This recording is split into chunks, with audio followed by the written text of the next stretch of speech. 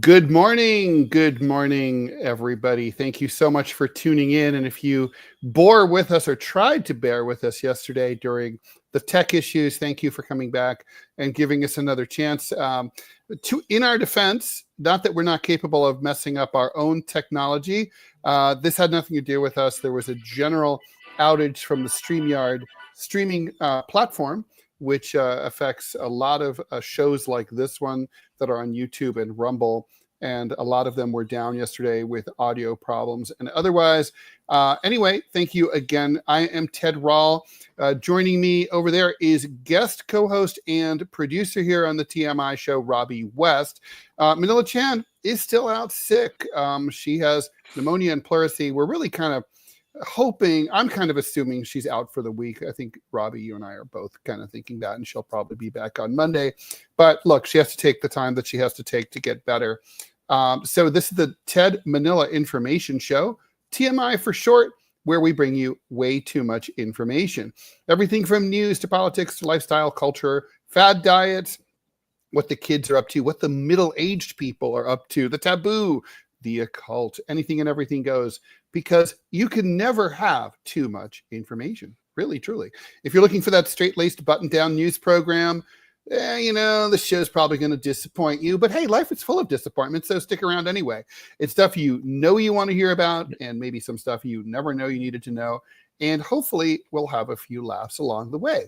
We are here live Monday through Friday, every single day, Monday through Friday, from 10 a.m. Eastern time. We usually run about an hour, but we also stream anytime, including archived episodes. So if for some reason you wake up and you have a hankering to listen to something from back in October, it's up there in the clouds, and go into the YouTubes and the Rumbles, and you can find it. Please, please, please, please, please be sure to like and follow this show.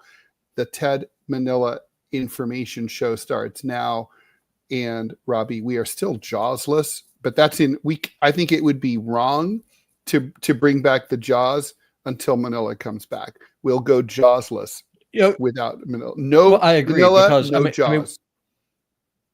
I mean, wouldn't that be like a copyright infringement on Manila? True. It would seem like it would be vicious and gross and mean. Well, be colonizing, right? Because she goes in, she uses the claws, and they just go in. That's kind of like her trademark, her signature thing. And if I did that as a white man, and yes, I am a white man, I am a male, then that could be considered a microaggression. So I don't want to do that. No, I mean, yeah, it could be. I mean, it's always funny, right, about microaggressions. There's aggressions, there's microaggressions. Are there like middling aggressions or mediocre aggressions? I don't know. It's hard to say. I want to be guilty. I'm a kind of a shallow guy. Ask my wife; she will tell you. I really have a problem sometimes struggling with the feelings of other people, especially people who just assume I'm a Klansman because of my accent. So piss on them. Yeah, you tell them like, hey, listen, leave that down at the Clavern. Exactly. Yeah, that's how that is. All right. So anyway, so now we're gonna go. Imagine in your mind's eye that there was Jaws, and they would go. Here, let me. There we go. There you go. Okay. As I can get all right. All right. So let's see. Okay, so I want to have the proper banner here, and now we do for the news. Okay, here we go. Luigi Mangione has been charged with murder Monday night in New York in the death of United Healthcare CEO Brian Thompson, as well as separate charges, including forgery and possession of a weapon in Philadelphia. In Pennsylvania. He was denied bail in Pennsylvania yesterday and did not waive extradition, meaning that he's contesting extradition to New York. I kind of wish we had a legal expert to talk about this, but I kind of think he's just basically saying, I'm not going to make anything easy for you, assholes. I'm belligerent, and I'm not going to make it easy. Right? What's your take on that? Well, I'm right there with him. I mean, if that was me personally, I don't think I would have the the intellect to do what he did, just to track this dude down and just do what he did. I gotta be careful because I don't want to offend our community guideline managers over on YouTube.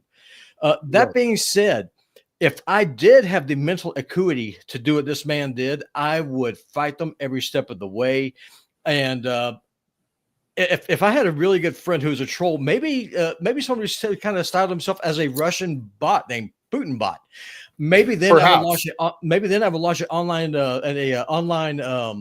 crusade, sharing memes, T-shirts, pictures, and I would tell Josh Shapiro, "Sorry, sir, your opinion about having different political opinions does not mean you get to commit violence." I would retweet pictures of him signing bombs every freaking day.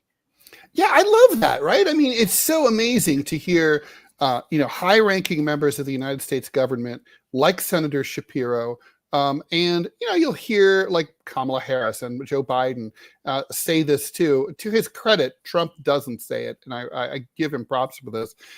But those guys, they'll always say, there's no place in America for violence. Do you even hear yourself talking? I mean, there's plenty of place for violence in America, and it mostly comes out of the United States government. You ain't gonna get no argument from me. All right, moving along. New York Governor Kathy Hochul says that she will issue a governor's warrant for Mangione's extradition. That Pennsylvania judge gave prosecutors 30 days to get the warrant to ensure Mangione is tried and held accountable. His lawyer, Thomas Dickey, who's a high-profile Pennsylvania attorney, says Mangione will plead not guilty to the charges in Pennsylvania. Those are basically just bullshit holding charges, is what those are. Basically, they came up with stuff like, presenting fake ID to law enforcement and stuff like that. Those are going to probably be dropped so that he can be extradited to New York. And he is expected to do the same in New York, to plead not guilty. Mangione wrote online of the devastating effect that a chronic back condition had on him as a young man. I mean, he's still a young man. He's 26 years old. In a series of archived posts from a now deleted Reddit account with the username Mr. Cactus, the 26-year-old wrote posts spanning several years that said that he suffered from spondy, a reference to I hope I get this right, spondylolisthesis, a condition caused by a vertebra that slips out of place and puts pressure on the bones below. I guess that's just a slipped disc, right? In one post, he said, it's absolutely brutal to have such a life-halting issue.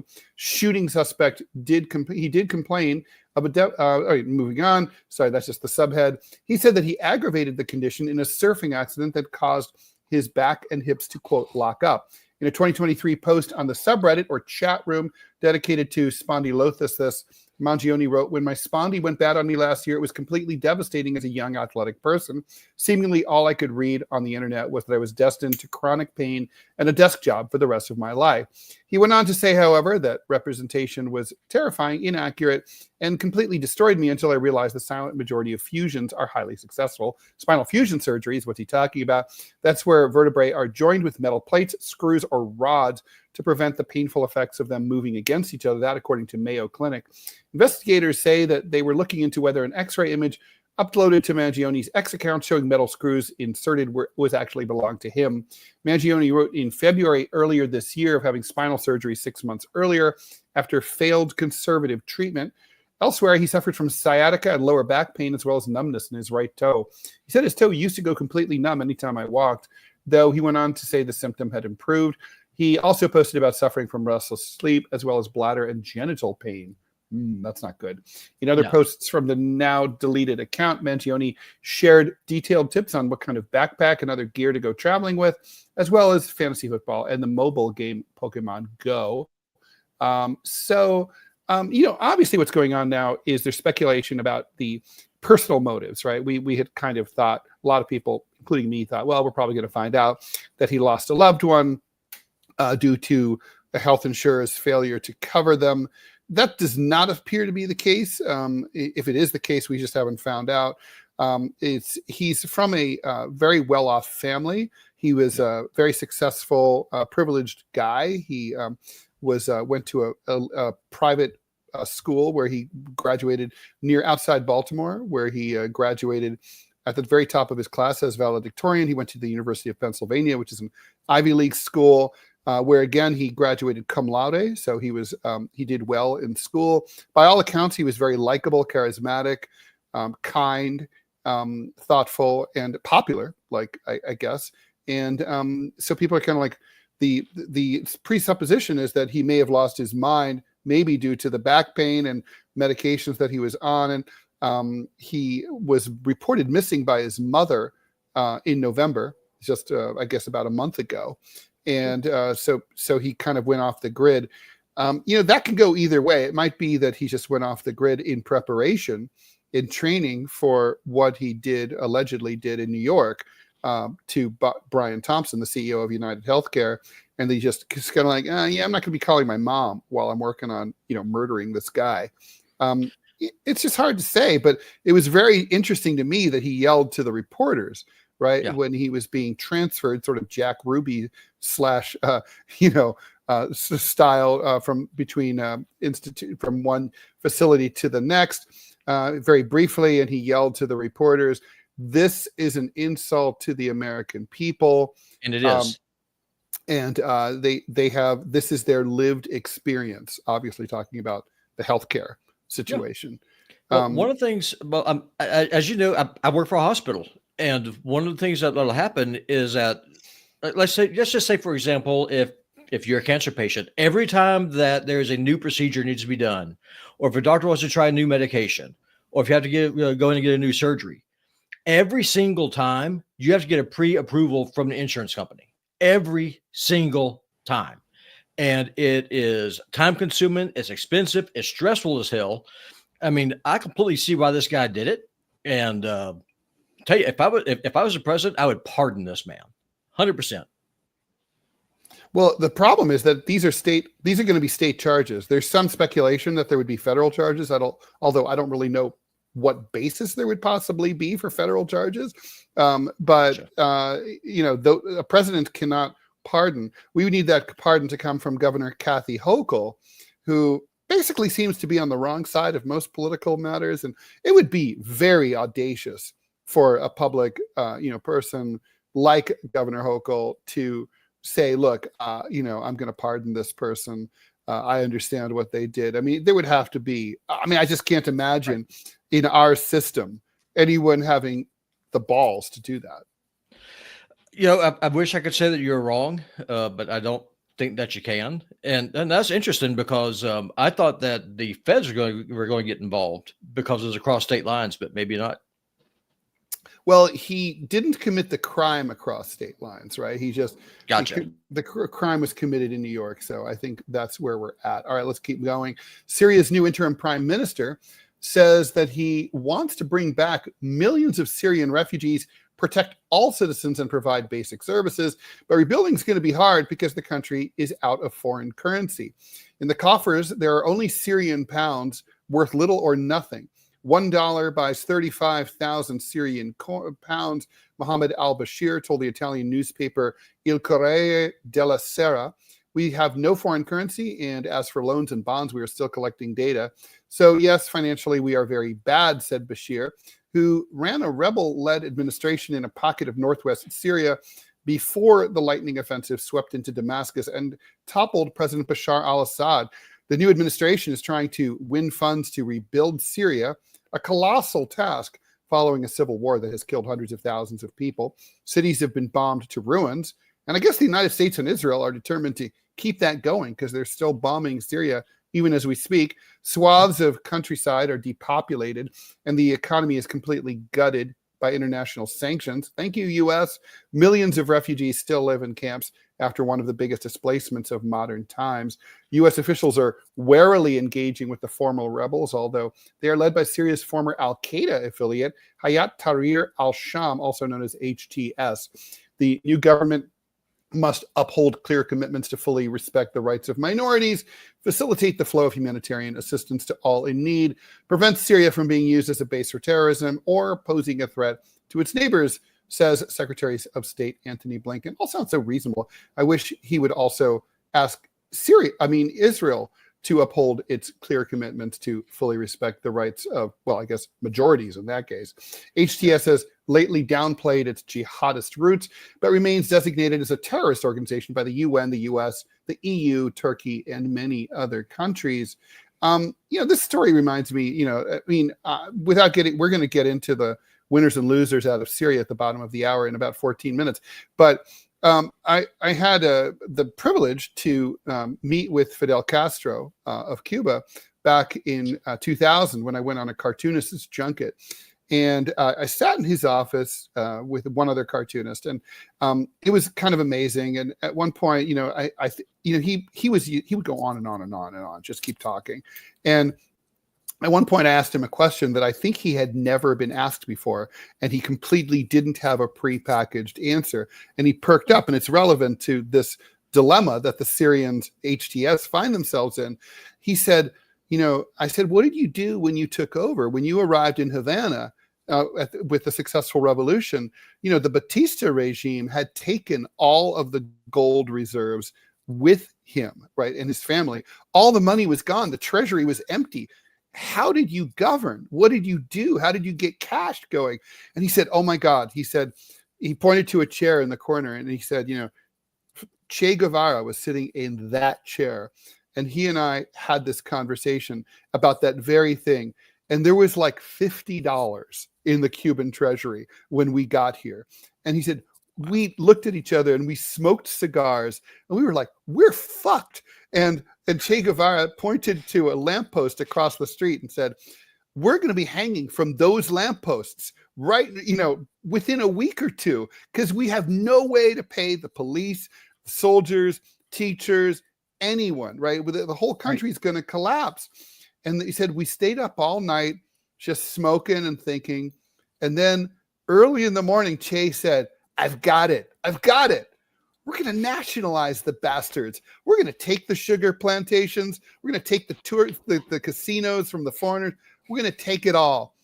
Within 6 months, he said, they had so much money once they expropriated the money that was being sucked out of Cuba and redirected to the Cuban people. They were able to start establishing national health care, free schools for all, and they even created free international phone calling in the late 1950s, early 1960s. You can't even imagine that free international calling. I mean, even in the 80s, that would have never happened here, right? I mean, so you don't even have that now. I mean, you can do it through WhatsApp or whatever, but it's not the same thing. I mean, they had more money than they knew what to do with. Anyway, I just think it's an interesting dilemma when you take over a country and there's no money. So, what was Castro like? I mean, you sat in a room with the guy. I mean, what was he like? 3 hours. Like was he the kind of person that you bring over your house to have dinner with? Well, he was obviously very used to being the smartest person in the room. And so he wasn't, I think, usually very challenged, not to mention it was a dictatorship. So people were probably not likely to question him very much. Right. But he struck me as brilliant, but easily bored and sort of like on autopilot a lot of the time. And I think that's why he enjoyed his conversation with me and my colleague, because we came at him with some left field questions that he'd never heard of. I liked him a lot. I thought he was fantastic. Obviously, that is not what his brand of socialism is not the socialism I would like to see come to power, which would be more democratic. But I mean, this is a visionary. This is a guy who, he's interesting as hell, and he was brilliant. Gotcha. All right, gotcha. You're the only person. You're the only guy I've ever that I know that's ever sat down and talked to him before he left his mortal coil. So I just had to ask. Well, he was a famously long-winded guy, and I got to say, I was a little bit worried about that, but it was also a real privilege. I was there with about 20 cartoonists from the United States, and basically the government minders said, Fidel just wants to meet you and your friend, and I'm like, what about the other ones? And they're like, yeah, not so much. Fidel's more into your work. And I'm like, yay, I like Fidel likes my cartoons. All right, let's move on here. Strong winds continue to fuel the fast-moving 3,000-acre Malibu wildfire that has destroyed homes and forced the authorities to issue evacuation orders to about 20,000 people in LA County. The National Weather Service warned last night that there remained a very extreme fire danger across SoCal, Southern California, as thousands of first responders work to control the flames. Evacuees from Malibu include several famous people who live in the sought-after beachside community. Actor Dick Van Dyke, who turns 99 on Friday, happy birthday, Dick, wrote on Facebook that he and his wife Arlene escaped safely on Tuesday with their animals, except for a cat named Bobo. Okay, Dick, you don't leave your cat behind. Better to burn to death at the age of 98.99 than to let your cat behind. Your cat is your most precious possession, right, Clovis? Yes, Clovis. Oh crap! So Clovis just heard this. He's going to go to California and take him out. You know that, right? Clovis is not happy about this shit. This is not right. Clovis is going to channel his inner Luigi. All right. Well, I mean, Dick Van Dyke, I was going to say he seems sharp, but how sharp can you be and leave your cat? Anyway, Cher also evacuated to a hotel Monday night along with her pets. Apparently she got all her pets out, Dick Van Dyke. That, according to her publicist, Liz Rosenberg, according to the New York Times. Students at Pepperdine University in Malibu, it's right on the Pacific Coast Highway, you see it when you're driving there, have spoken about the terrifying ordeal of being told to shelter in place in the campus library and other buildings. I don't know if sheltering in place in a place full of paper seems like a really good idea. Am I missing something here? I wouldn't feel comfortable doing it. All right. I mean, no, I'd pass. We were supposed to be taking finals this weekend with the students that I talked to. We'd much rather be taking finals than living through this experience, says Rachel Flynn, senior at Pepperdine. Tonight, it's on Drescher Hill, which is the opposite side of campus than it was last night, she said. So that's definitely concerning for me because that's where my dorm is located. That's where my car is parked. I'm watching the flames expand and grow. Just get your cat. Resigned to their temporary home, Flynn said some people had put couches together as makeshift beds. I would be normally rant about climate change right now, but in fairness, they've always had lots of wildfires in Malibu. Yeah, and speaking of climate change, I don't know how relative this is, but I mean, here today it's steamy. It's in the 20s. Normally it's around 0 this time of the year. So. Oh, okay. Well, here it's a very warm day. It's meant to be. It's rainy and blustery. It's 58 degrees going, with an expected high in New York of 61 degrees, going down to 41. So a little bit cooler, but it's still warm for, mid-December. Hey, all right, let's move on. A suicide. Sorry, go ahead. So that's trade weather. yeah, I would do that in a second. A suicide bombing in the Afghan capital of Kabul has killed the Taliban's refugee minister and 2 other. That, according to the Interior Ministry, the death of the minister Khalil Haqqani is the highest profile casualty of a bombing in Afghanistan since the Taliban returned to power in 2021. There's been no immediate claim of responsibility for the blast, which officials said struck inside the ministry in Kabul. There's no further details offered by the Taliban government, who spoke on condition of anonymity because they were not authorized to speak to the news media. If you recognize that name, Haqqani from the Haqqani network is the uncle of Sirajuddin Haqqani. He's the acting interior minister who leads, of course, a very powerful network in what used to be called the tribal areas of Waziristan in Western Pakistan, and now also inside Afghanistan. And IS, the Islamic State affiliate known as ISIS Khorasan, ISIS-K, a major rival of the ruling Taliban, has carried out a lot of previous attacks across Afghanistan. So the speculation is that this is their work as well. In early September, a suicide bomber in Kabul, a different person, killed at least 6 people and wounded 13 others. ISIS-K did claim responsibility for that attack. I mean, this is interesting it's interesting that a story about a bombing in Afghanistan or violence of this sort is actually unusual, right? That's why it's news. I mean, that's sort of how much things have changed in 3 years since the U.S. withdrew.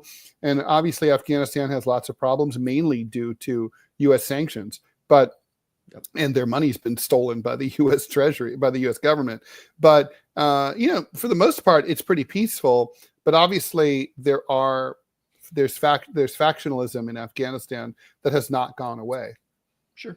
Well, my question is, you've been there, I never have. I mean, how much control does the Taliban actually have over its territory? I mean, what does it actually control? Does it have an economy to even build?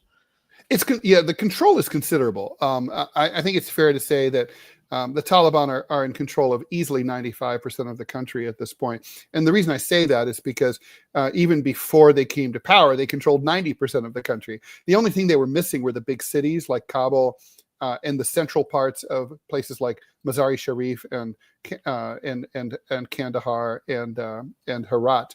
But now they're completely, they really do run the entire country. ISIS and these other factions are in places like the Panjshir Valley that used to be like holdouts of the Northern Alliance back in the 1996, the early 1996 to 2001 Taliban 1.0 period. They're going to be, the Taliban are definitely running the show. In terms of revenue, which you kind of alluded to, the main thing that they have to, the main source of revenue is basically taxes on goods that travel through Afghanistan. So the Taliban's model is they basically have made the highways safe. You can drive now from a truck, for example, full of goods from one end of the country to the other. And, the roads suck. But if you don't break an axle, or you're going to make it without being blown up by an IED or shaken down by thugs or raped or killed or whatever. And so then you can, there's a lot of goods that originate in places like India and Pakistan, cheap manufactured goods, and they make their way, for example, to the western border with Iran, or they go north to the former Soviet republics of Turkmenistan, Uzbekistan, Kazakhstan. And Tajikistan. So it's a trade route. Toll road. Gotcha. It's a toll road. Yeah. So they charge tariffs, and that's how. It's a major source of revenue, really. Hey, maybe Trump should reach out to him and ask, hey, how does your tariff strategy work? Because let's sit down and talk. Yeah, no, it's not true that tariffs don't work at all. That's kind of some pro-corporate propaganda there. All right, let's move on. It can be tricky to see sponges as animals, and I don't mean like sponges in your kitchen, but I mean the ones in the ocean, stationary and plant-like as they are. But they represent apparently some of the longest living animals anywhere. Arguably the most impressive is found in Antarctica. Now scientists say that one specimen is 11,000 years old.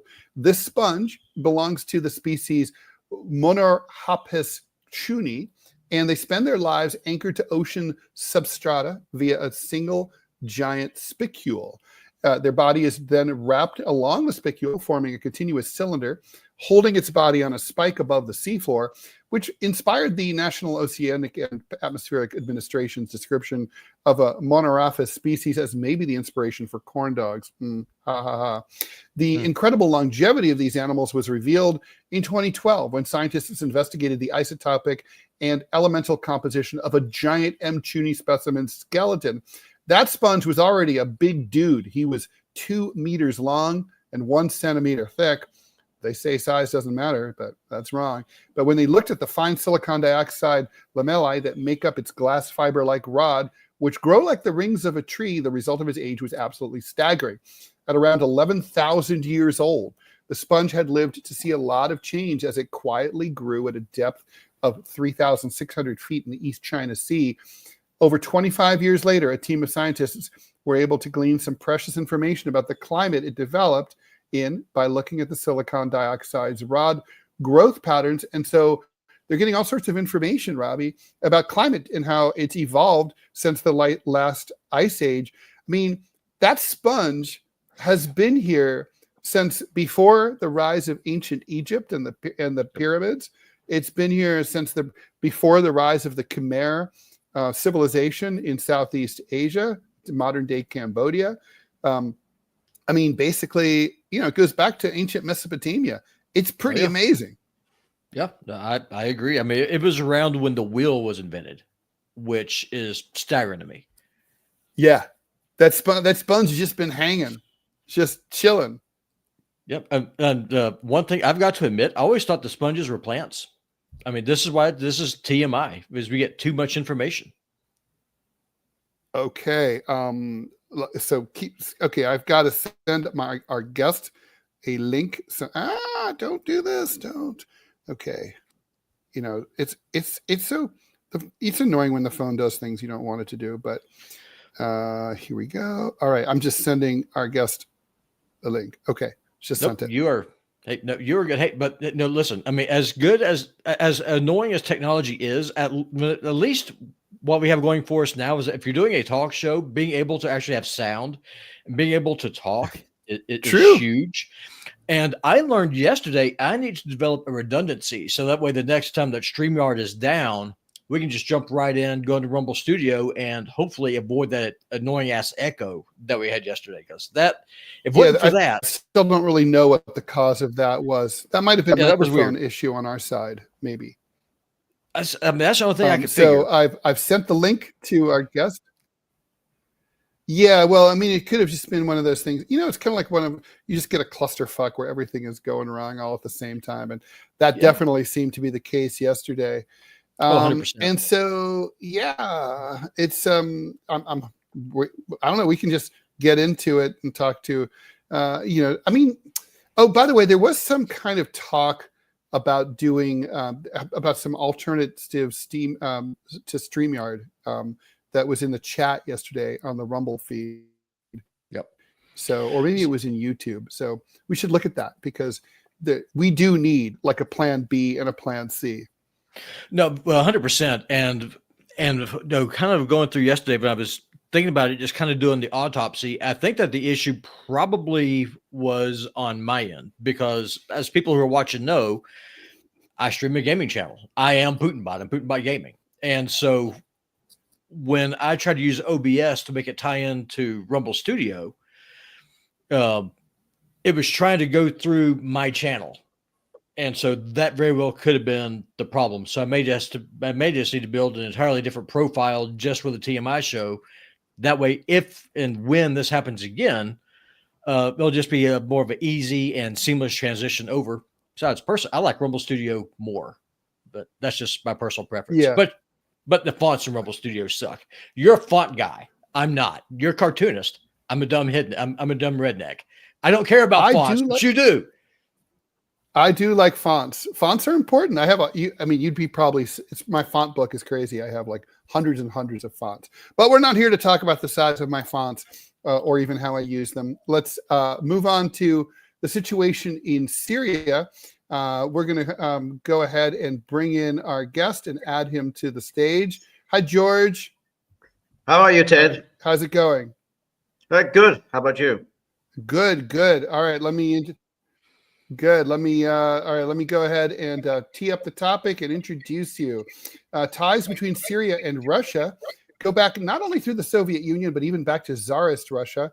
Now, presumably, because Russia is so focused on Ukraine, it was unable or unwilling to save its ally, President Bashar al-Assad, from getting deposed by Islamist insurgents, also known as HTS. Assad is safely in Moscow, but Damascus, what happens there next is an entirely different matter.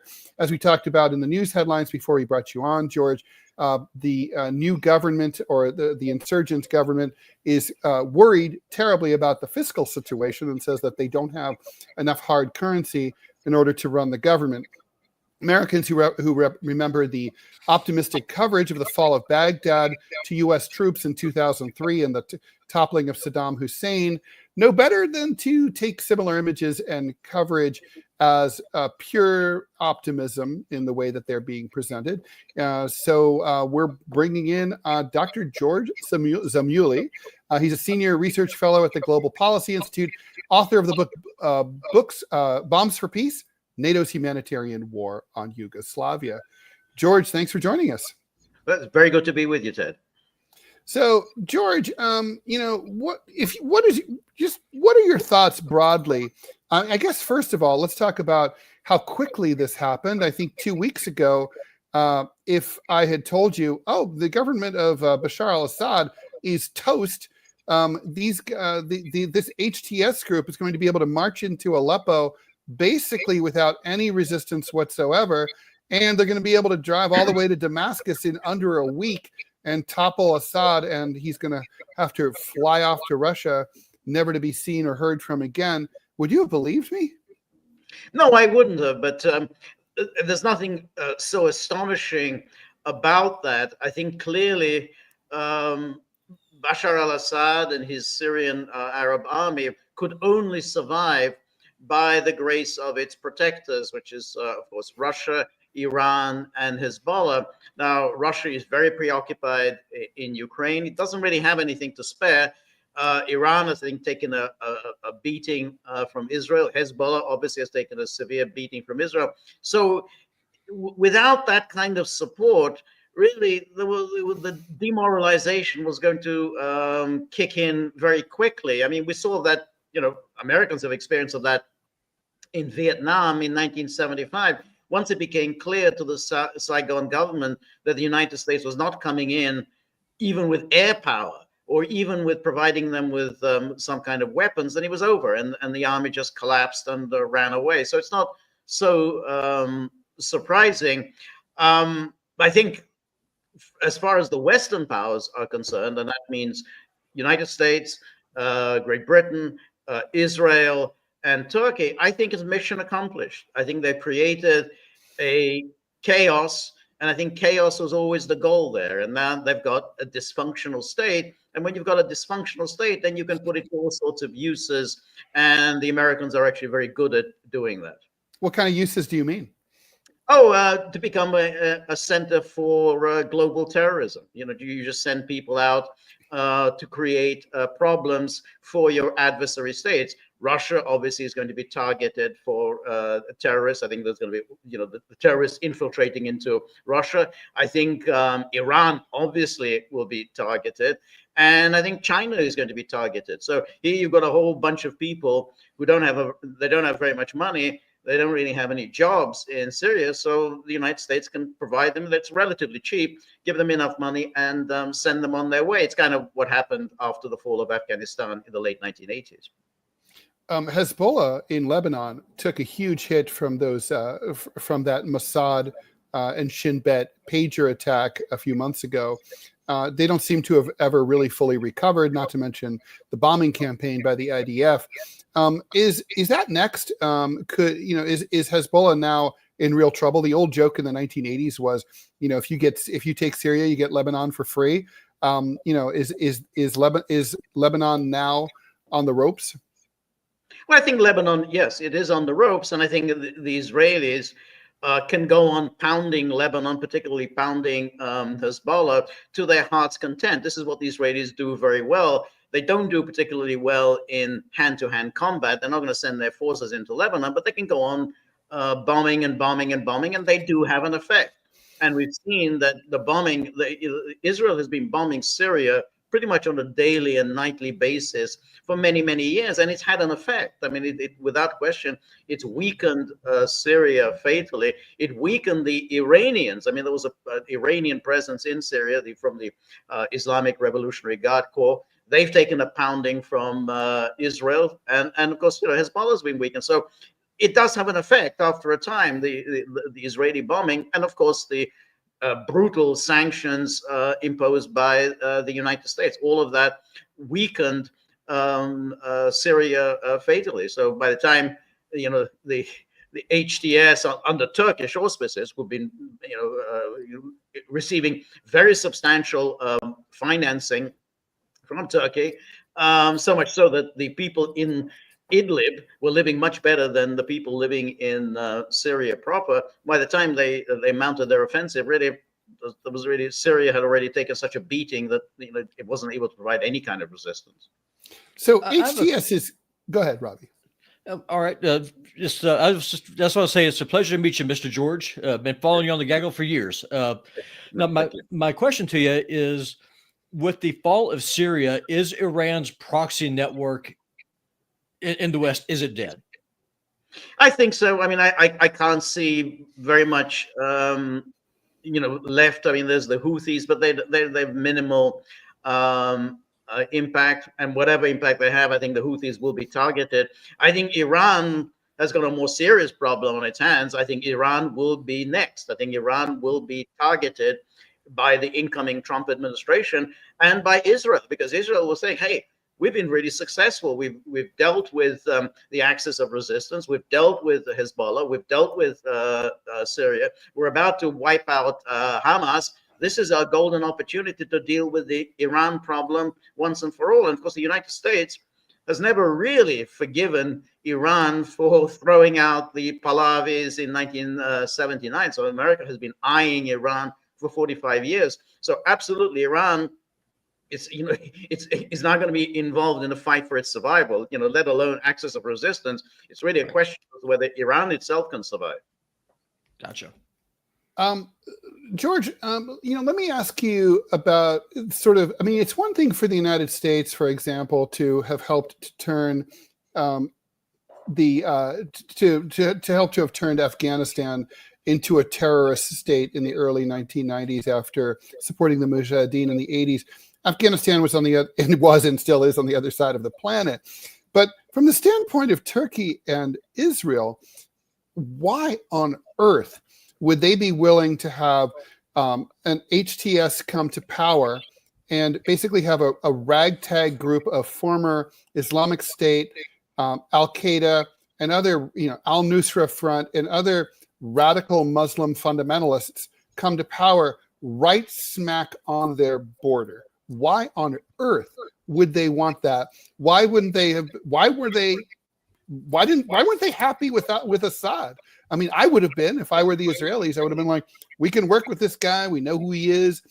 He's not dangerous to us. He's not going to attack us. I mean, there's some pretty nutty people in HTS.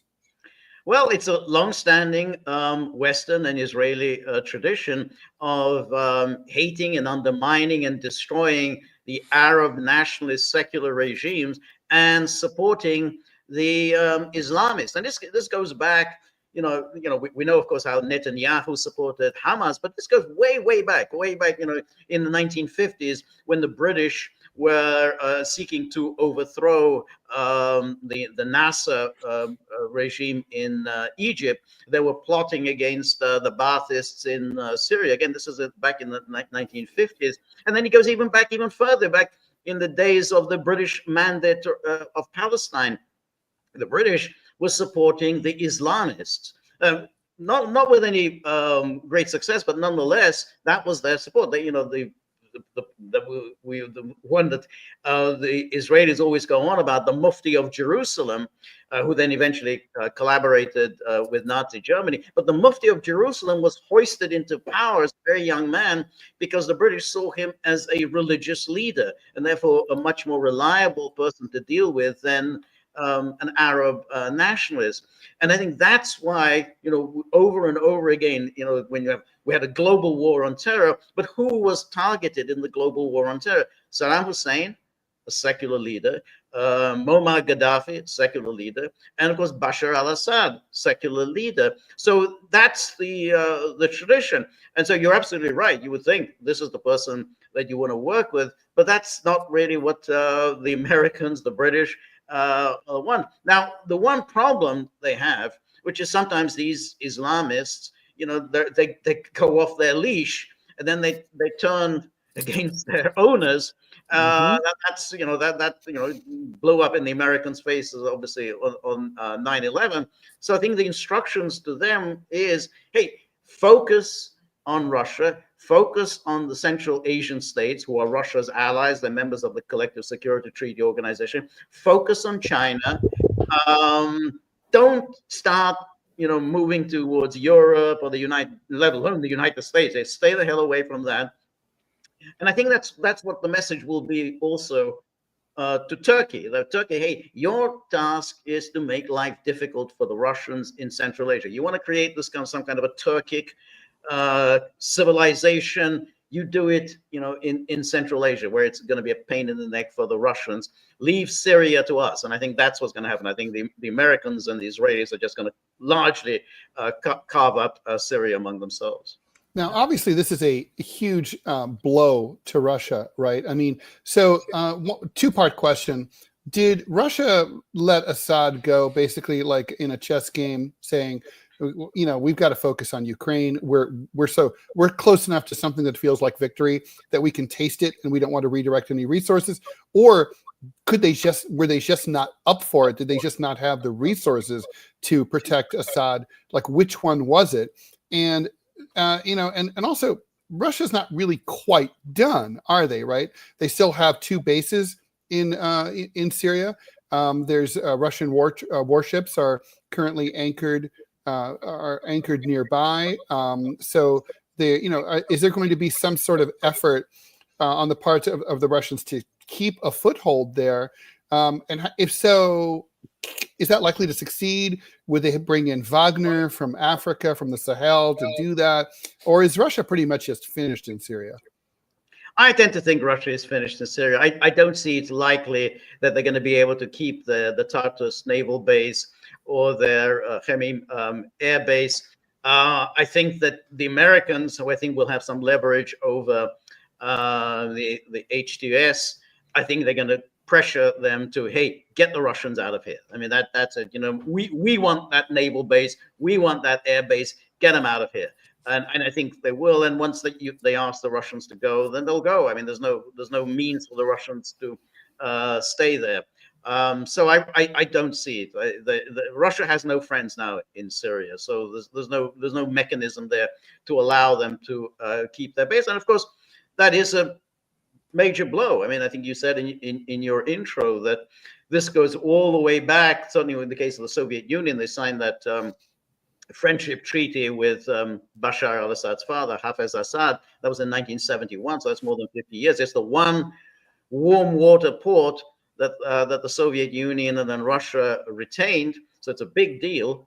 And then it goes back even further into sort of in the days when the Russian Empire was the protector of the Christians. I mean, that's what it did. It protected the Christians in the Balkans, and it protected the Christians in the Middle East. So it goes back a long way.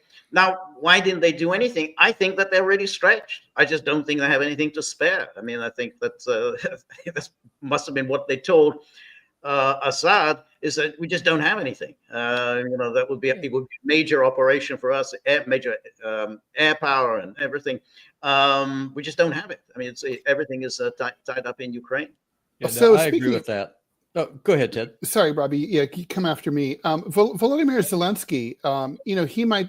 If I'm him, I'm not taking any comfort in any of this, right? Because the troops that were in Syria, where are they going to go? They're now available for service in Ukraine, right? So this is, if anything, going to accelerate the outcome in Ukraine. No. Well, it may be. I don't know how many troops they really had in Syria. I doubt whether it was a huge military presence. I mean, Russians already have a substantial military presence in Ukraine. So I don't know whether, in terms of numbers, it's going to be particularly significant. I think. The air power, I think, was significant. I think the air power, it may be of significance, but I think Russia already has quite a bit of air power at his disposal, but Russia is using its air power in a very constricted way for whatever reason, but it could have used it in far more devastating or effective way, but it hasn't. No, I think Zelensky's problem, maybe a problem, we'll have to see, is what happens when Trump takes over on January 20th. For sure. Because Trump will, without doubt, put forward a peace plan, and then who knows what's going to happen to that peace plan? So who's going to accept it, who's not going to accept it, and then what happens if it's not accepted? So I think that's the Zelensky's immediate focus. But without question, I mean, this is a big blow to Russia's reputation. Anytime you go in and you say, hey, we're here for you, we're going to protect you, we're going to support you, we're going to defend you, and now if you don't, then your credibility around the world is lost. And particularly when the rationale that Putin presented in 2015, which is, hey, we don't want the black flag of ISIS flying over Damascus because we are afraid, we're very close, we're afraid of jihadis coming into our country. Well, the black flag is flying over Damascus, and the jihadis are going to be coming into your country. So that objective has not been accomplished. Yeah. So just two quick questions. One, when it comes to the Russians, the way I kind of look at it is that the Russians were prepared to assist the Syrian army, but not to replace it. And the Syrian army, I mean, they didn't even show up to fight. They just kind of melted away. So I think that probably played into the Russian rationale. I mean, when I look at it, if your army refuses to even defend its home, why should I defend you? I mean, that's just me. And the other thing is, I think it also shows the danger of a frozen conflict, because after the first Syrian war, the rebels, they kept the north. They had their little buffer zone. The conflict was frozen. Well, look how that turned out. Now the neocons in Europe and here in America are all like, look, Russia could be beaten. We just punch them in the face. Let's freeze this conflict in Ukraine. Trust us, we're not going to do anything. Are the Russians foolish enough, in your opinion, to fall for that trick again? Will they settle for a frozen conflict in Ukraine, or will they just, or do they realize that's a trap? That's a very good question. Now, just going back to your first question, when you have a military that is completely dependent upon its foreign sponsors, and then the foreign sponsors say, look, we just simply can't do it. We're not going to be here for you. Then, of course, the military just collapses. I mean, it fought reasonably well when the Russians were there to provide the air power. And so, that's why I was talking earlier about the South Vietnamese. The South Vietnamese fought reasonably well, like let's say in 1972 when the North Vietnam mounted their Easter offensive. They did okay, but they had the American air power there to provide support. Once in 75, the Americans said, nope, no air power, no weapons. Quickly, the morale just collapsed. I mean, that's just an inevitability. So it's easy, I think, in retrospect, to blame Bashar al-Assad, but given the circumstances, and again, not to mention all the effect, this devastating effect of the sanctions. I mean, these were really brutal sanctions the United States provided, and so that everything just takes its toll after a time. But in terms of your second question, I completely agree with you, because I think that was an unfinished conflict, and I think you've defeated ISIS. You've managed to keep Bashar al-Assad in power, but he's not really the government. That's not really the government of Syria. You've got the northwest, the Idlib province, which is under the control of it was first Jabhat al-Nusra, then it was HTS. That was them. Is the Turks retain their presence. Then you have the Kurdish part of Syria. And they kept the oil fields, they kept the wheat fields. They're there under the sponsorship of the Americans. So essentially, it was an unfinished conflict. And when you have an unfinished conflict, then sooner or later it's going to blow up in your face, because of course they were using that time to build up their forces. And then it was inevitable they were going to mount an attack. I mean, that's what happened. It's unfinished. I mean, and they had an opportunity to finish it in 2018 to 2020, but Erdogan rushed to the UN Security Council in New York and said, "Oh, this is so horrific what Russia and Syria are planning to do. They're going to kill all these babies. It's going to be a humanitarian crisis." And then Trump, he sent out a tweet saying, "Well, if Russia mounts an attack on Idlib, we're going to hit the Russians." So whether they would have done it or not, I don't know. But he directly threatened to use force against the Russians if they attacked Idlib, and Russia decided not to do it. They didn't want to risk a war with the United States. But what that meant is that the Americans had the escalatory dominance. They were able to essentially push Russia aside and say, "Don't do it, because you'll have us to deal with." Now, in terms of what happens with freezing the conflict in Ukraine, I really do hope that Russia won't fall for it, that they won't accept something like what I think Trump will propose, a frozen conflict, which is, let's have a ceasefire along the current lines of contact, and then we'll deal with all the problems down the road. We'll postpone NATO membership for a few years, but let's just freeze things in place. I think that's going to be the offer from Trump, and I hope very much that Russia doesn't accept it. But the chances are, knowing the United States, that they'll probably just go, they'll be so unreasonable that Russia will just eventually say, no, we really can't accept it. But it's like, if you think of the Istanbul Agreement, which is a terrible agreement. It was a terrible agreement for Russia, but Russia was willing to accept it. It was only because the NATO powers got so greedy, with Boris Johnson saying, no, we don't want this, we want more, we want to really inflict a defeat on Russia. It was only because of that we were saved what would have been an absolutely catastrophic agreement. Gotcha. George, we have a question from someone who was kind enough to contribute to the show. Well-dressed nerd, thank you for your cash donation, $5, much appreciated. Question for George: if war between Iran and the U.S. and or Israel becomes a reality, he wants to know, how would this affect Russia and China's involvement with BRICS? I think Russia and China will stay out. I think they will provide some kind of support, probably. Again, depending on what they've got to spare. I mean, they're very heavily tied up in Ukraine, but whatever they have to spare, they will provide. Well, Russia certainly will provide it to Iran. I don't know about China. China likes to keep its powder dry. The real question then is, what is Iran going to do about, to protect itself? Which is it finally going to make the decision to develop nuclear weapons? Now, you would think that, given the high stakes, that it will basically say we need nuclear weapons. But that's only the start of their problems, because if for one moment the United States and Israel suspected that Iran does now have nuclear weapons, even if Iran hasn't made an official announcement, then the United States and Israel would attack. They would launch a preemptive attack to take out Iranian nuclear facilities. So Iran clearly needs it because it's in the crosshairs.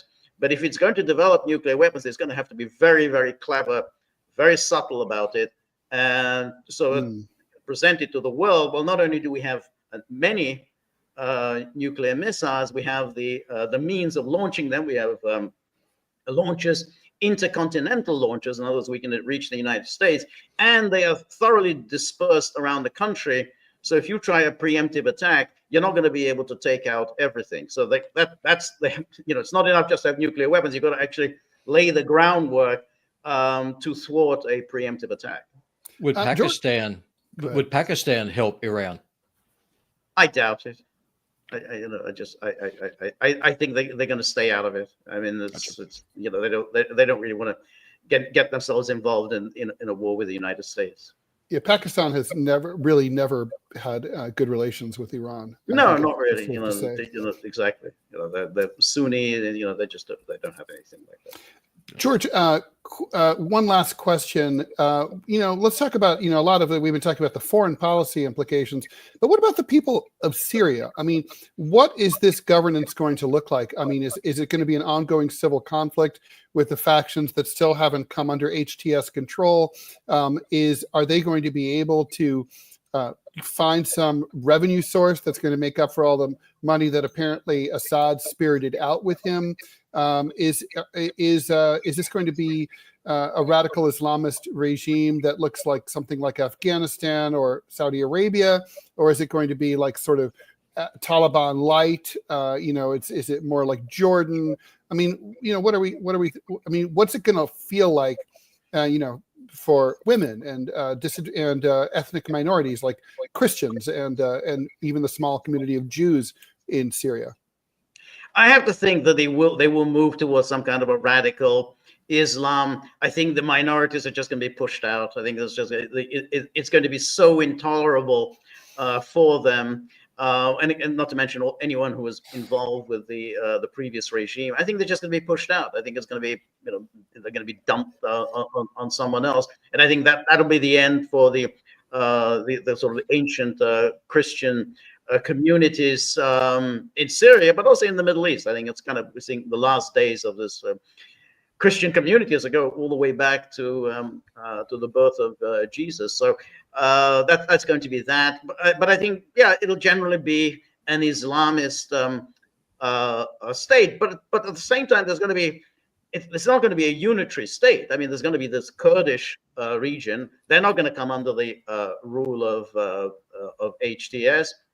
I think the Americans are going to carve out a land strip for themselves, so where they're going to keep. This is going to be their way of projecting power in the Levant. Israel is obviously already carving out space for itself, and then it's going to be bombed on a regular basis. I think it's like, well, hey, like Israel pretty much feels that it has a right to bomb anything at any time and proclaim that, hey, this poses a threat to Israel. So bombing factories, entire sort of urban conurbations, and say, hey, those, we had a threat here. So I just think that this is going to be a failed state, worse than Libya is currently, where again there's still no government there, and again worse than the state of Iraq during the 1990s. So I think minorities are gone, and then I don't think there's going to be any kind of a unitary government for the foreseeable future. What happened to the Palestinians now? I mean, do they have a prayer? I don't think so. No, I think Gaza is gone. To be honest, I think it's hard to see what can be salvaged in Gaza. Maybe they're going to cram the Palestinians into just the southern tip of Gaza, whereas the northern part will just be annexed by Israel. And I think the West Bank is probably next on the agenda. I think Israel will annex, if not the whole of the West Bank, but it will annex the major settlements, that just become part of Israel. So I really think this is as bleak as a time as any. Terrible. It is awful. But George, we really appreciate your analysis. Thank you. Very much appreciated. Dr. George Szamuely is a senior research fellow at the Global Policy Institute. He's also the author of the book Bombs for Peace, NATO's Humanitarian War on Yugoslavia. George, thank you so much for joining us. Really, thank you very much for inviting me. I really enjoyed it. Bye-bye. It's a pleasure. Bye-bye. All right. So that was really enlightening. And as George said, very bleak. Yeah, I was about to say, I mean, that sucks. I mean, I feel so bad as a Christian. I feel so terrible for the plight that Christians in Palestine and Syria are going through right now, to the sickening applause of American Zionists. It is sick. Yeah, I mean, obviously there's an implication here in Trump's election. The Israelis obviously feel very emboldened, Well, I mean, it's the best government that money can buy, right? I mean, they own him. Yeah, well, it does look that way. All right, well, we're going to leave that there. Thanks, everybody, for listening today, and we hope you'll come back tomorrow. Please, please, please subscribe if you haven't already done so. I know we're always bugging you to do that. And for those of you who already have, thank you, and we're not asking you to do it again. But please, if you haven't already, do become a paid subscriber, or at least an unpaid subscriber. You can do unpaid either on YouTube or on Rumble, and it really does help us out. And as always, in this modern era of the disruption of classical print and broadcast media, if you enjoy what you see and find value in what people are doing, and that includes us, you got to support it any way you can. Don't forget also to share us on the socials. That makes a huge difference too. We're completely independent and completely reliant on you. So please click on that button right below the Rumble feed and help support the show, and as well on YouTube. Thank you to Robby West, aka Putinbot Gaming, not only for your support, but for co-hosting this week as Manila is out, and for moderating the chat. Please go check out Putinbot Gaming, the gaming channel. And so that's about it. We're really appreciative, and we're looking forward to seeing you guys tomorrow. Bye, everyone. Bye, y'all.